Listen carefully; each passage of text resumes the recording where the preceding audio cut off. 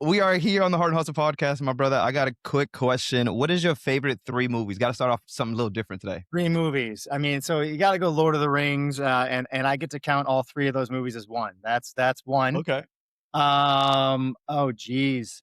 After that, um, I doubt you're gonna let me count the Harry Potters all as one movie. So I'll say the last Harry Potter movie. You I probably, almost knew when you said Lord of the Rings that Harry Potter had to be a part of this. yeah, Seems yeah, like you they had love to the go with long that. They movies. had to go with that. I'm gonna go completely left field just because I watched it recently with my kids. 13 Days. It's kind of an not older movie now, but it's about the Cuban Missile Crisis with Kevin Costner. No, So I really like political dramas. So yeah, I like that. that's funny that you said that. We were just talking about political stuff, huh? Yeah, Like we there you won't get go. too deep into it, but that is funny that you said that. And I'm guessing something that people may not know about you is that you do music. Yes, yeah, no, I've been a musician. Played guitar for 35 years, plus 35 years. Been learning piano now for the last year and a half. And my side hustle that I'll be doing later on today is that I play guitar in an 80s rock cover band. I've done that for the last 8+ years. Play about 30 to 35 shows a year. So I have a show tonight. I have another one tomorrow. Absolutely love what music has brought to my life. I love it. Do you tell people that often, or is it something they just happen to figure out? Well, it's kind of a joke at my work that, I do virtual meetings like this for my job. And obviously you're seeing me, right? And so you're seeing all the guitars behind me. Yeah. So the joke at work is I'm not allowed to bring it up. But if the person on the other side of the call brings it up, I'm allowed to smash through that door and share it, right? So I have actually pictures from me playing in my band stayed on my like saved on my screen to share. I mean, I I have love it. a Facebook video I could send to you of me belting out "Sweet Child of Mine." So I have no shame at all because it's fun and and music is like the only truly universal language. Uh, Yeah. like everybody loves music in some sort of way that's touched your lives, and so it is a common connection point anytime you're starting a relationship with a new person. All right. So before you tell us where you're representing today, you said music. Who is your favorite go-to music artist? Sure. I mean, so I got a guitar because at 13 years old, I saw Slash and from Guns N' Roses, and I was like, I Okay. want to do that. And so you can't see it, but over to the left, I have a cardboard cutout of Slash standing right there. Oh Four yeah. of the guitars behind me are his. Um, uh, yeah. So I mean, as far as guitarists, that's always going to be a top one. I love all music though. I also love like Americana. I love acoustic. I love folks like Dan Rodriguez, which is great contemporary music. 90s stuff like OAR, Dispatch. Music again, like it's magical. Mhm. Find meaning and connection in any musical piece. I mean, I'll tell you, one of my favorite shirts to wear when I'm playing a show is a shirt that says "Real Men Love Taylor Swift." And I love wearing that shirt. I might wear it tonight to my show in honor of you. And Do it. uh, Do it. quite polarizing. I find out who my friends are real quick. I love those shirts, man, that just really speak so much without saying so much, right? Like it's just a conversation starter. That shirt is going to be the conversation starter of the night. I can only imagine. 100% Uh, for good or bad. Actually, yep, I yep. can do that because like their wedding weekend now. So absolutely, I got to wear that tonight. Yeah, yeah, yeah. You're in with the times right now. You're in with the times, Art, for sure. Art, we talked about music, talked about movies, but your 9 to 5, the passion, purpose work that you do, man, outside of music is what? Yeah, higher education. So I've been in higher ed my whole life. I worked on campus for a long time. For most of my career, I was a dean of students. So I came up the student affairs route, was doing student advocacy work, helping students with mental health issues, also student conduct, responding to protests, like all the kind of full gamut of stuff that hits the dean of students office. I Yeah. transitioned a little bit about 4 years ago, and now I work for an ed tech company called Liaison.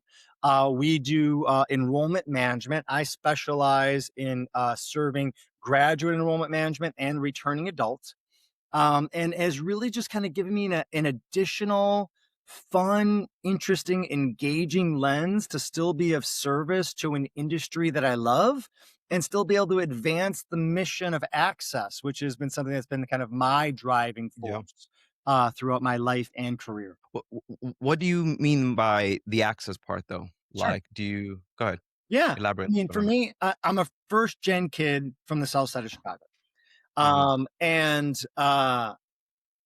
higher education is something that is still not afforded to enough people. And some of it is just because of where you're born and what you have access to. mhm, And some of it is the self efficacy of what we believe about ourselves, what we believe about our story. I can remember growing up and, I would never have thought that I would go on and be as successful in graduate education as I have been. From starting applying to college and being rejected, I ended up doing two master's degrees and a doctorate. And it was all because I had people in my life get in my way in positive ways and invite me into this conversation, invite me into this opportunity to do this work. mhm. They demystified the idea that this is somehow special and unique and beyond me. It's a part of me, and so I carry with me a sincere and deep need to pay that back and pay that forward. I, I say this every time, but it's just you just say it just happens. Everyone's always says it. It's like that those people, it's Yeah. those moments, those resources that really changes somebody's life. So for you, it's just sharing the word, spreading the word that's out there on with the resources that are out there. People don't know what they don't know. And obviously, you didn't know, but someone told you, and then the rest is history. Here you are today saying, hey, I got here because someone helped me. I just want to do the same thing. Right. So pretty damn cool, man. But in the tech space, I can imagine that there's also a lot of innovation that is probably not happening at the college, universities level. What are you guys doing when it comes to innovation? Talking about AI, talking about technology, being in the tech ed space, you're probably seeing a lot of cool stuff. Yeah, I mean, it is exciting. It moves at a different pace. I mean, I get the opportunity to think enterprise wide as opposed to a singular institution. The few things that come to mind is thinking about how we communicate to students. Since I'm doing enrollment management work, it's about how are people even finding out where to go to grad school. And this is a pretty recent change. I mean, if I would have asked people, okay, and a student who wants to go out there and is going to begin their search about where to go to grad school, where are they going to go? And I think up until recently, everyone would have said, well, they're going to go to Google, right? They're going to go to a search engine and kind of Yeah. start. That's still happening, obviously, uh, but they're going to ChatGPT. They're going Correct. to AI resources. And so as I partner with institutions and as we look at how we are serving, advancing their messaging, there's this entity called search engine optimization, which is, trying to work algorithms like Google to make sure that if somebody is searching for a graduate program that you come up in their search process. Like how can you score higher with Google in order to come up in their search process?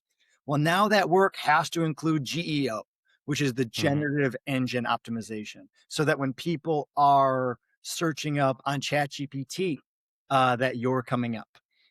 And Yeah. so that's one entity. Another one is looking at application services. I mean, the application is the gateway, right? Yep. It's your ticket. It's how you get in. And when you think about those processes, there's parts of them that have sadly not evolved from back in the day from when I did it. And when I did it, it was literally a different century. So, how can we evolve those systems?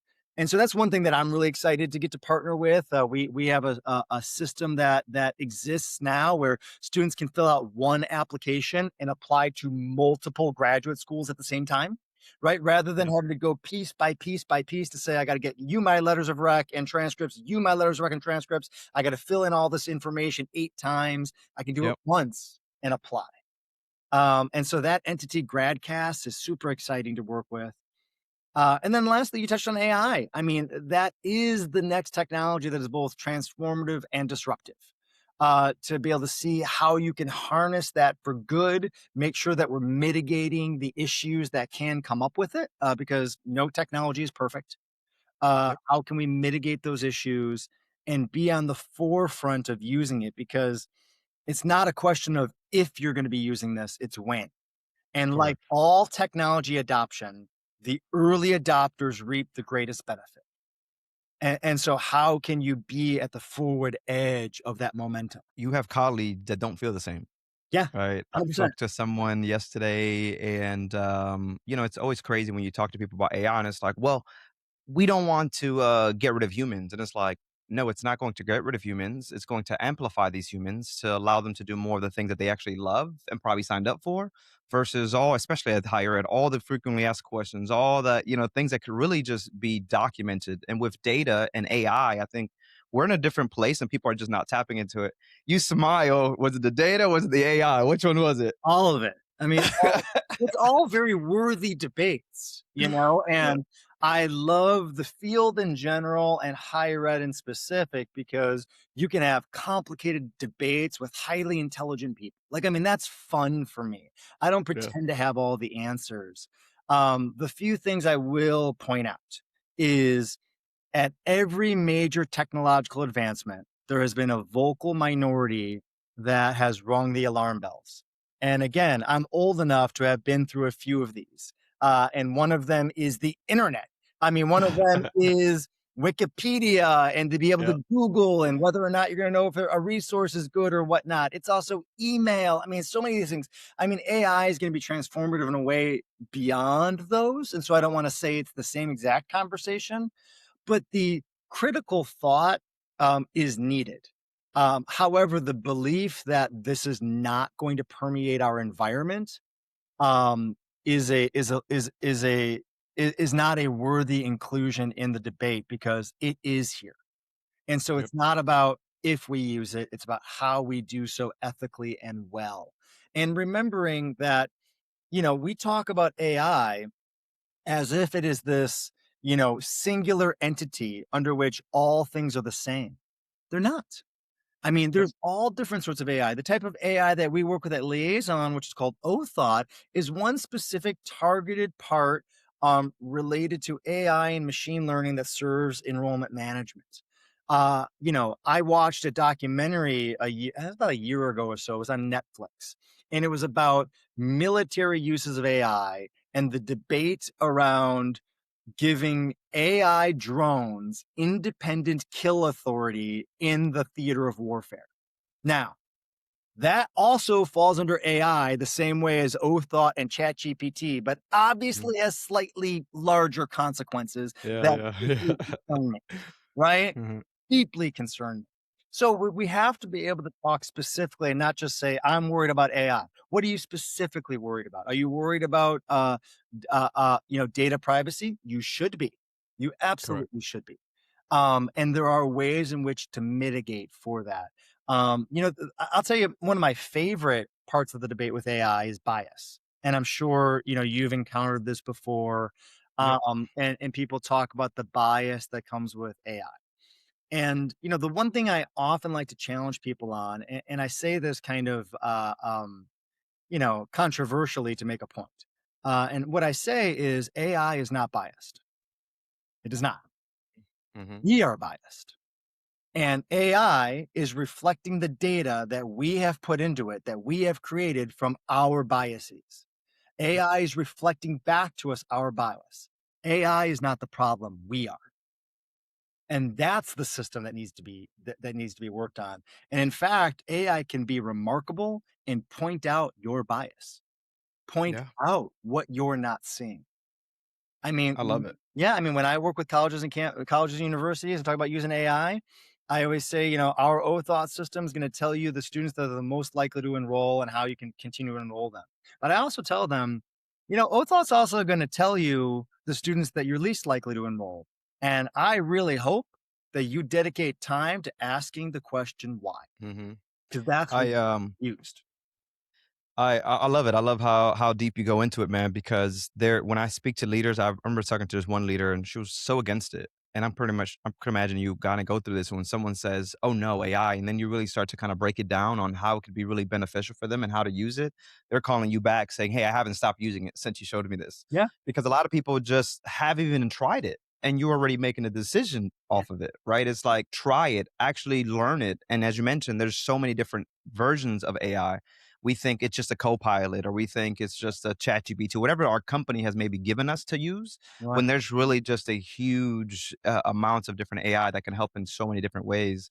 And I'm glad that you are the one that's kind of spreading the word, someone that's kind of been in higher ed and says, hey, I've been here, I know it. Right. So you definitely speak from experience. What are some of the things that, some of the, I guess, pushbacks that you're hearing in the higher ed space when you're talking about AI and some of this new technology? Yeah, I think it is more of what you were saying there too. Of I don't use this word pejoratively, but ignorance, just because it's Hmm. lack of experience. I Hmm. tell people, we should be learners in higher ed, so lean in. I did an online certificate program on AI through LinkedIn Learning about 2 years ago. If you've used LinkedIn Learning at all, it's phenomenal. It's inexpensive. Sure. It's asynchronous. You can just do it as you want. But it really gave me a conceptualization for the complexity to this. And I took some of the math based courses, and trust me, like I am never going to be doing the math related to anybody's AI. Like that should make you concerned. But still, it gave me an appreciation for the beauty and complexity to it. That this isn't just flipping a switch. This isn't something that just came upon overnight. So I'd ask people what their apprehension is. I mean, I could tell you, like, I mean, I have people debate about bias. My former dean of students work, people are all worried about students cheating. Like, oh, they're going to use AI to write their essays. They're going to use AIs to do whatever. I saw a really funny AI like meme recently that said, "You all better stay healthy because your future doctor is passing med school right now using ChatGPT," and that made me laugh. Uh, Yeah, could be true too, though, right? It's possibly true. the one thing I always love to hammer home, and I think I have the stature to say this as someone who was a dean of students for 11 years at 3 schools, assistant dean for 6 years prior to that. The overwhelming vast majority of students are honest and hardworking, and they always have been. Like, Hmm. we concentrate on a minority of cases that somehow or other do kind of bubble up for other reasons. Yep. And I don't like it when we kind of pick on students that they're going to cheat because, faculty and staff aren't immune to this either. Hmm. Why couldn't they also use it for nefarious reasons? So Yep. there's all sorts of folks that are going to use tools for bad reasons and be bad actors. I Yep. have to believe in our systems to have the ability to control for that. But so I hear people talk about bias. I hear people talk about cheating. But the biggest thing is that if you really kind of drill underneath, and I think you kind of touched on this, it's just lack of experience and fear of the unknown. Yep. And the only way you can get comfortable is by playing around with it. I tell people, I have two screens in front of me. I have my other screen here, right? And my other screen has 18 tabs open on Chrome, just like we all do, right? Um, one of those tabs has to be a generative AI so that you find ways just to experiment to use it in your life, just to learn how it operates and how it thinks so that you can become more comfortable. How many times have you been talking to AI and it gives you an idea that you didn't even know was possible, Yeah. or right? That, like those things. It's like, oh crap, I didn't even think about that. But how cool is that, right? Like it gets you in a direction you didn't even know was possible. So it's like, yeah, use it because you don't know what comes out of it. Now there is this prompt engineer in you that you have to really start to learn how to prompt it. We 100%. kind of go back to what you mentioned. I am in Orlando, where we have one of the biggest districts here in Central Florida, and we're blocking AI in the schools. But then we're going to college and we're probably giving AI courses and all these different things. And it's like, well, kids are going home and using AI anyway. They're going to go to college and use AI. The reason, I guess, is because teachers don't know how to use it or teachers are not comfortable. It's like, well, don't put that on the students' fault, right? Like learn together. Like let's learn together type ish. And I think it is the ignorance sometimes, but I am only 36 years old. So I got to see the AOL days, the early online days, the early iPod days, the early social media days, and Yeah. everything was a learning curve, right? And if you evolved with it, you were just on par with what the world was in. And a lot of times people are still behind because of fear, of a fear of the unknown, as you mentioned. I always, someone said this recently on a podcast, but it's like we live in this comfortable zone, and outside of it, there's so much world. You got to get uncomfortable. You got to. Art, I'm loving the energy that just you have today talking about AI, because there's not a lot of people in higher ed that are excited about speaking about innovation, What AI, and what is that really doing in our college and universities. Well, and it is, and the last piece of advice I often give to people, and I did not say this quote. I've heard people say this quote in multiple different ways, so I don't know where it originated from. But in higher ed, everybody kind of sometimes talks about being worried that AI is going to take their job. And here's the quote: AI is not going to take your job, but someone who knows how to use AI will. Heard it. Yeah. Right? I And mean, you're so you're like you're right this, on. like all the people that are coming up in the field now, this is going to be native to them, right? I mean, just like I had to learn. I mean, I remember getting an email address when I was in college. I can remember, going on to Google for the first time. I'm just a couple of years older than you, and so all of those things. Like we overcame those all along the way. We will do so here as well, and in less than 10 years, this is going to be adopted everywhere. And it's going to be just whether or not you're the one that's utilizing it or you're the one fighting against it. And if you Yep. fight against it long enough, you're going to be on the outside looking in. Yep. And to be quite frank, let's be honest, AI has been around for a very long time. It's just now this sexy word that is kind of out there and people are now using more than ever and thinking that they become intelligent because they're using AI. But it goes Yep. back to how we're using it for sure. Um, in the space of what you guys are doing, how are you guys communicating this to I guess the students, to your partners? Is it Sure. via social? Is it text message? I mean, we're talking about innovation here. I can imagine you guys are kind of tapping into many different sources. Lots of different things. I mean, as far as us getting information out, I mean, it is through conference presentations, it is through articles, it is through, social media posts. I do a session that I just term AI 101. I've done it at conferences, I've done it for individual colleges, universities, and we do this for free. Like any school that would be interested in this, totally willing to do an AI 101 just to teach you what it is and what it isn't. Because, I mean, to your Yep. point, like you said, like we're acting like we're presenting something new, and it's not. And also, you're using it all the time because I love presenting AI 101 and asking people like, "Hey, how familiar you are with AI?" And only a few people raise their hands. And then I'll say, "How many of you are using Amazon? How many of you watch the show on Netflix?" Like, all of these things, like you're using AI. Like, Yeah. because that is all, utilized, within that. So, it is a lot of those individual educational moments, that I enjoy. And so we do a lot of that, so yeah, it's a lot of conferences, a lot of traveling around to campuses, doing individual conversations. And sometimes I just have one-off conversations with people that want to have a conversation to learn more. Love it. And what is the website? Like, where can people find out more about this? Sure. Yeah, no, liaison.com. And so that is, our, company website. People can reach out to me on LinkedIn as well. Art Munin, Art's a unique enough name that should be easy to find me. I have articles on there I could share. We have webinars that we have done, case studies, all sorts of information. It's a super exciting conversation, and one that I just continually enjoy leaning into. And so, and Is that art website is liaisonedu.com.